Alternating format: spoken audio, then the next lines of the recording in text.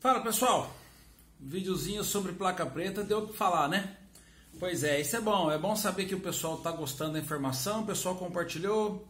Teve até gente que clicou para curtir o canal para saber o que mais a gente ia falar de besteira e outras mentiras. Bom, é o seguinte, muita gente obviamente ficou perguntando sobre a placa preta, afinal eu contei a história, afinal como que é hoje. Então hoje eu resolvi interpretar a lei da placa preta, ou interpretar pelo menos da minha forma de interpretar. Como eu disse, né, a legislação é feita para ser interpretada. Vou mostrar a minha interpretação sobre a legislação da placa preta no Brasil.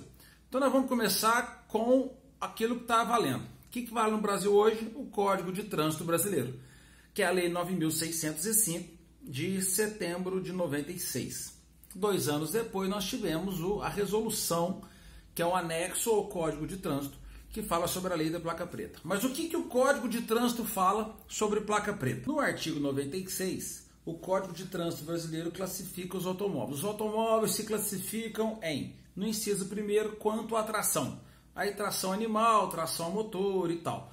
Quanto à espécie, que é o inciso 2º, de passageiro, de carga, misto, de competição, viatura e de coleção. Ali na linha G do inciso 2º, ele fala veículo de coleção. Ali aparece então o veículo de coleção. Aí quando acaba o Código de Trânsito, vem ali os anexos e definições, que é tipo um dicionário, tipo um glossário do Código de Trânsito, que explica o que são cada termo técnico, cada termo mais difícil de ser entendido que existe no Código de Trânsito. Aí lá no final está lá assim, veículo de coleção. Veículo de coleção é aquele veículo que, entre vírgulas, aquele que, mesmo tendo sido fabricado há mais de 30 anos, conserva suas características originais de fabricação e possui valor histórico próprio. Ponto. Essa é a definição do Código de Trânsito sobre veículo de coleção. Daí já abre precedente para um monte de interpretação. Uma delas, que eu cheguei a falar em vídeos anteriores, é de fato o que significa conservar suas características originais. Aí eu vou dizer, alguns mais radicais vão dizer, então o automóvel restaurado ele não está conservando as características originais, ele está refazendo as características originais. Então você vai contra aquilo que está sendo interpretado. Aí eu volto a dizer, a lei existe para ser interpretada. Tudo prevalece o bom senso. Tem gente que acha que original é só uma vez. Tem gente que não interpreta assim. Aliás, existe uma minoria, eu acredito, que tem esse tipo de interpretação, mas mesmo assim ela é uma forma de ser interpretada. Porque se vocês estudarem a concepção da palavra característica, a característica é qualquer elemento que define o produto como aquilo. Então no outro vídeo eu dei um exemplo de um Ford 1929 com a frente do Ford 1931. Você colocou um elemento característico de um veículo no outro veículo. Tudo isso é muito difícil de ser interpretado. Prevalece o bom senso. Por que eu estou dizendo que é muito difícil ser interpretado? A gente poderia ter uma interpretação maior, que nós vamos ter que ser como saiu de fábrica. Saiu de fábrica, vai ser daquele jeito. Só que isso, ninguém pensa assim. Não existe uma associação que interpreta assim. E não depende do que a gente pensa. Depende do que uma associação pensa e como que essa associação ela é vista pelos órgãos competentes, no caso do Denatran. Então, vamos pular direto para a lei da placa preta para vocês entenderem agora a lei da placa preta. Resolução número 56 de 1998. Disciplina a identificação e o emplacamento de veículo de coleção. O Conselho Nacional de Trânsito resolve. Artigo 1º. São considerados veículos de coleção aqueles que cumulativamente atendam aos seguintes requisitos. 1. Ter sido fabricado há mais de 20 anos. Mas não é 30 anos? Por que você está falando 20 anos agora? Está na lei 20 anos? Quando saiu a resolução 56/98, houve um erro vou dizer de inscrição, tá? Quando foi apresentado, quando a Federação Brasileira reuniu os seus diretores, eles apresentaram projetos para que o Denatran passasse para o CONTRAN, para que o CONTRAN fizesse essa resolução.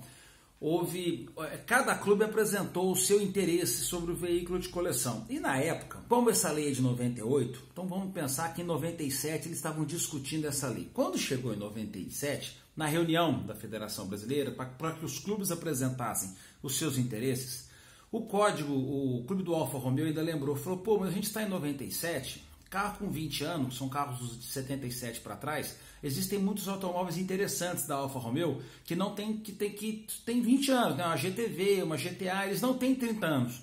Então a gente acha conveniente que fosse pelo menos 20 anos. Só que todos os outros clubes apresentaram propostas se baseado nos 30 anos, que era inclusive aquilo que a FIVA, que é a Federação Internacional de Veículos Antigos, ela entende, que tem que ter mais de 30 anos. Quando eles foram apresentar esse projeto fechado para o pessoal do Denatran, para soltar a resolução, por uma forma equivocada, aquilo que o Alfa Romeo juntou é o que foi enviado e acabou saindo 20 anos. Mas assim que saiu essa lei, assim que foi publicada, que foi em maio de 98, o próprio pessoal da federação e todo mundo que leu falou assim, tá errado, viu? É 30. Isso aí vai ser corrigido futuramente. Que de fato foi corrigido, se eu não me engano, com a resolução 127. Ela corrigiu esse 20 anos para 30 anos. Inciso 2º. Conservar suas características originais de fabricação. Essas características originais é aquilo que eu expliquei para você. Existe um leque de interpretações sobre aquilo que se define características originais. Inciso 3º, integrar uma coleção. Essa coleção, esse integrar uma coleção, também tem interpretação. Tem gente que pensa o seguinte, mas se eu tiver um carro só, eu não posso porque eu não tenho uma coleção, eu só tenho um carro. Aí que nós interpretamos que essa coleção, esse acervo pode ser a coleção do clube. Se você é sócio de um clube, então o seu carro faz parte da coleção, do acervo do clube do automóvel antigo. E mais para frente eu explico porque que isso é uma forma de já vincular ao clube. Inciso 4º.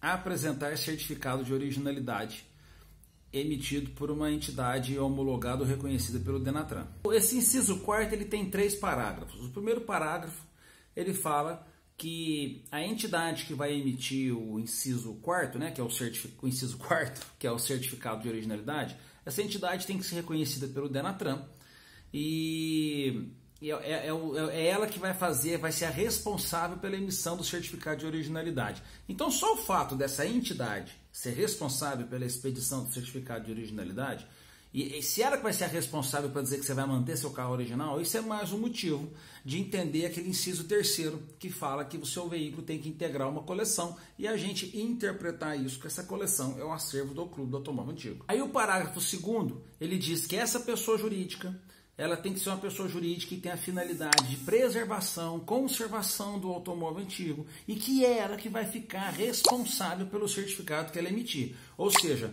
o fato de você ter um automóvel originalzinho, vai lá, faz seu certificado, pega o certificado de placa preta, de repente você vende o carro, você muda de clube, aquele clube que emitiu, ele fica responsável pelo seu carro. Então ninguém quer ter interesse de ficar responsável por um carro que não é mais do sócio do clube. Porque a responsabilidade é da associação, isso está na lei, já não é mais eu que estou interpretando, é a lei que já está pedindo.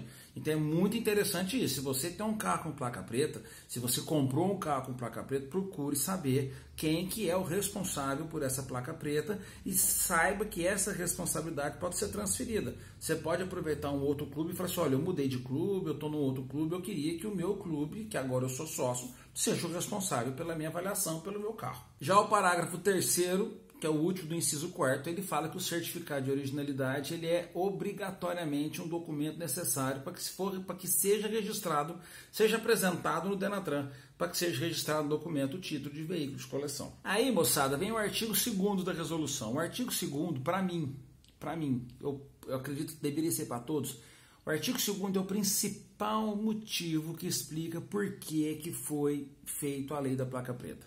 O artigo 2º fala que os dispostos no artigo 104 e 105 do Código de Trânsito Brasileiro não se aplicam ao veículo de coleção.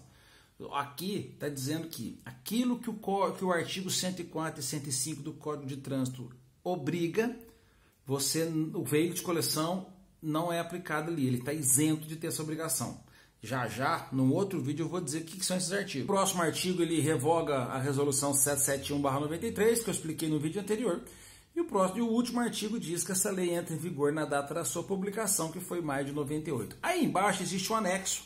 explicando como é que tem que ser o certificado de originalidade, o que tem que vir naquele certificado de originalidade para ser apresentado no Denatran. É como se fosse um modelinho do documento certificado de originalidade. O certificado é muito simples, certifico que o veículo tal, modelo tal, ou que o veículo abaixo possui suas características originais de fabricação e representa um valor histórico, cultural, tal. Embaixo está lá o modelo do veículo, Renavan, a placa, assina o presidente do clube, é extremamente simples. Percebe-se que tudo que eu disse agora é referente à lei da placa preta. Acabou, não tem mais uma legislação sobre isso.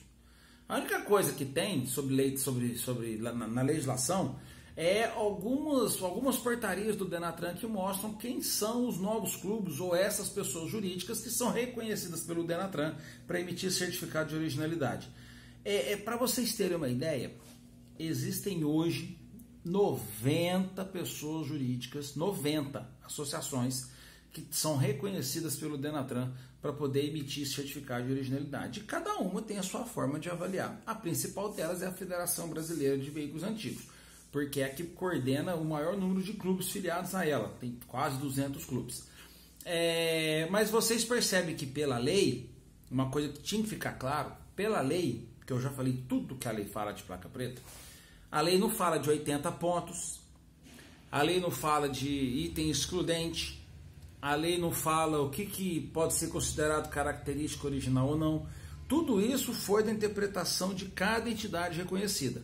Estou dizendo isso para que você pare de passar vergonha no clube, do carro antigo ou em qualquer roda de conversa, quando você chega numa rodinha e fala assim, a placa preta é 80 pontos, né? Não, 80 pontos foi bolado pela Federação Brasileira de Veículos Antigos como uma forma de coordenar a avaliação formal para que todos tenham o mesmo padrão de avaliação.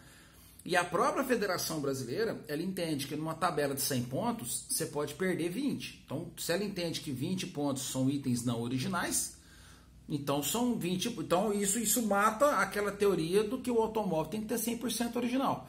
Não é que mata a teoria. A Federação entende que o automóvel não precisa ser 100% original. Ele pode ter algumas mudanças, algumas características não originais. Voltando a falar sobre interpretação. Cada um interpreta de um jeito. Mas entendam isso. 80 pontos, essas coisas, isso não existe pela lei da placa preta.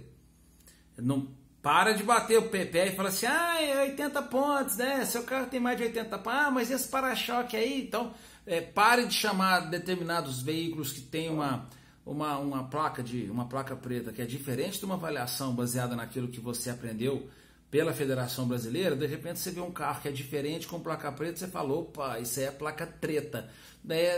Não necessariamente, entendeu? Isso é a sua forma de pensar. Não é necessariamente aquilo que está acontecendo com o veículo. Mas é isso. O videozinho está grande, né? Espero que vocês tenham tempo de assistir. Qualquer dúvida pode escrever nos comentários aí.